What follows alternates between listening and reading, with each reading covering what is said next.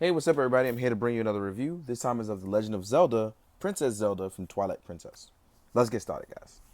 First and foremost, just like Link, I was actually surprised to see that we're getting a Princess Zelda. There's no DX version for her, so what you see is what you get in this review of her.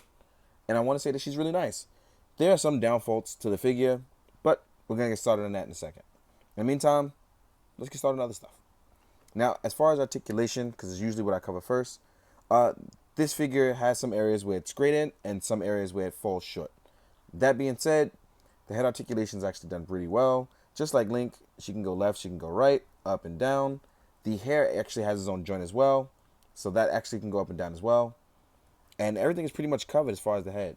Now, the arm articulation is actually really done well too, because you want to be able to have a figure who can hold its bow, its sword, its weapon. Everything can be covered. So just like Link, she has a similar joint where it can rotate forward and allow maximum articulation. The upper torso is really done well too because she can also twist any way around, back, forward. There's no real issues there. Now, the only drawback from this figure, honestly, is from the lower half. And that's where it falls short, but still done pretty well. Now, for her lower half, you would think that there would be no articulation, no joint, it'd just be soft plastic, there would be nothing under. That's not the case.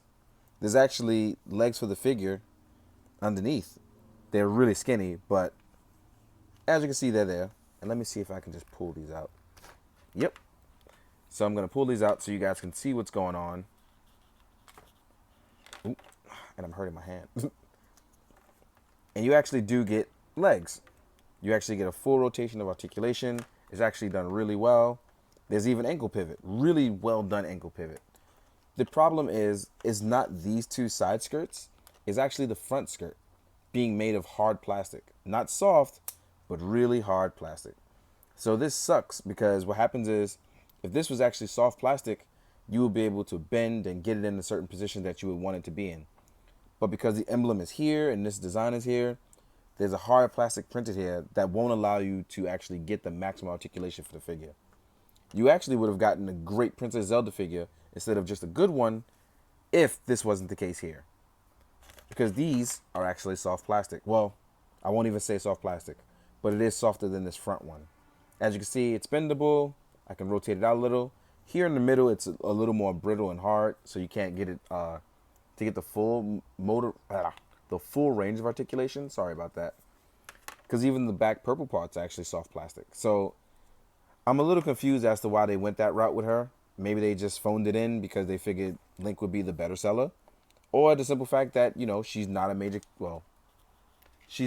focal point of Twilight Princess as far as I'm concerned because I didn't beat it. So I am no one to talk. So I'm going to shut my mouth because I can't talk about things that I didn't beat. Not fair to anyone else that did. So as you can see, I can rotate it back in. You can get a glimpse of her feet. And because of the hard plastic, you actually have trouble standing her in positions where her feet would actually be lower. But overall, you still get an actual, like, ton of articulation out of her if you can somehow mod it or add a fabric piece under it. So as you can see, oh, I didn't plug that in properly. Let me get another shot at that. So I'm going to plug it in. And as you can see, you know, you can still get articulation out of it. It's a little annoying in the most case because what happens is this front flat. You can actually do tons of other stuff if it wasn't for it. But anyway, let's get into accessories. It's probably the only downfall of the figure. But if you are just happy with her standing here and shooting light arrows, then you won't even have an issue with this figure. The other thing is that she comes with a bow, a cool as hell bow. Again, just like Link, no strings, but it's a magical bow, so it's not like it really matters. And just like with Link, you want to wiggle it apart so that way you can actually get it into her hands. I already left the bow hand in there. And we're going to put this on. Voila. And just like that, she holds her bow. There's no real issues with it. It looks absolutely fabulous. I think it's great. Please be careful, though. These points are sharp on each end, and they are very fragile. So please don't, break it up. So as you can see, she looks great with her magical bow. It looks really dope. But I put it in the wrong hand because, in all honesty, when you take it off, you actually have to use the other hand. Oop, my peg came out. So let me just wiggle this out. And the reason why is because Zelda's right-handed, and I always forget about that. But you actually do get a gigantic one piece, just one, a gigantic light arrow. And I already attached a hand to it, so I'm gonna take it off so you guys can see. Right here, they take the hand with the slit, and you slide it across the actual backside of it. And please be careful, sharp as well. Ow, pricked me again. And then voila. So when you are shooting your light arrows, if I was swapping hands, you can see that she can actually get the articulation and range needed to shoot her light arrow, which I think is pretty dope. You raise the hair up, you rotate the head, and you are on to victory, helping Link defeat Ganondorf. So my peg is actually a little choppy, so I'm going to plug that back in. Overall, I'm really happy with it. I just really wish that it was soft plastic. It would have made a world of difference. Also, she gets a sword, so she can defend herself with. You know, she can fence, because this is more of a fencing blade, definitely. This is a very thin blade. Sort of like Arya Stark's needle from Game of Thrones. Then you get another slew of hands, which are open palms. You get the another open palm for the sword, and you get another hand for the arrow. So you can actually do a ton of stuff. Actually, this one is for the sword, and this one is for the bow. Sorry about that. Sword, bow, sword, bow. Want to make sure I get it right. Like I said, you also get open palms. And last but not least, you also have an alternative face. I don't know if you guys noticed, but Princess Zelda is not smiling because she's not happy with your BS. So what you do is, if I remember correctly, you lift up her head and you take apart the faceplate, and you also slightly remove the crown. So you wiggle it out her head. So you swap the faceplate for the top of her crown. And you have to be a little gentle because you don't want the pegs to line up. You don't want to warp them at all. Don't be like me. Don't be too strong warping things, y'all. Plug that in, and I'm going to plug this right back on top. And voila, now we have a smiling Princess Zelda.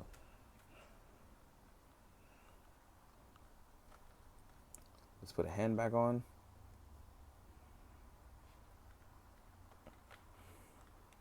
Overall, I'm pretty happy with Zelda. I'm a little disappointed by the lower skirt. But, you know, just like I said, I forgot about the bicep swivel. Sorry, y'all. But you also get bicep swivel as well.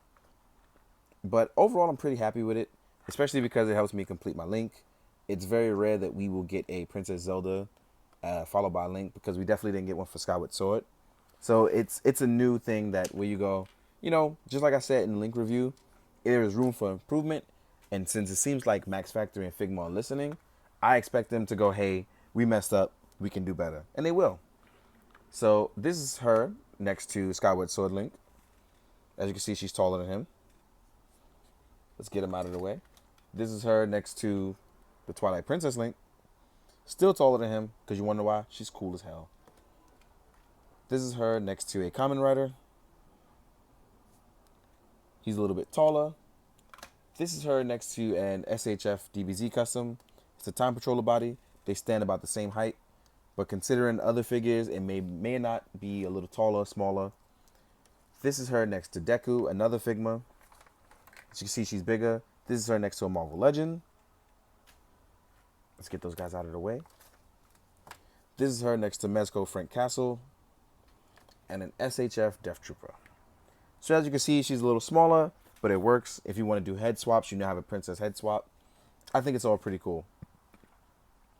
Overall, it's just one of those things where the lower body could have been done a lot better. It seems to me like Max Factory chooses sometimes to go with fabric and other times it's soft or hard plastic. This is one of those times where I definitely think it got mixed up and lost in translation, and I really wish that it would have been at least a softer plastic to be easier. But overall, the figure is beautifully done, and I just think it's really great. But it does have a mishap with the lower half, and it may turn you off from the figure, so I apologize for that. Why am I apologizing? Who knows? Doesn't even matter.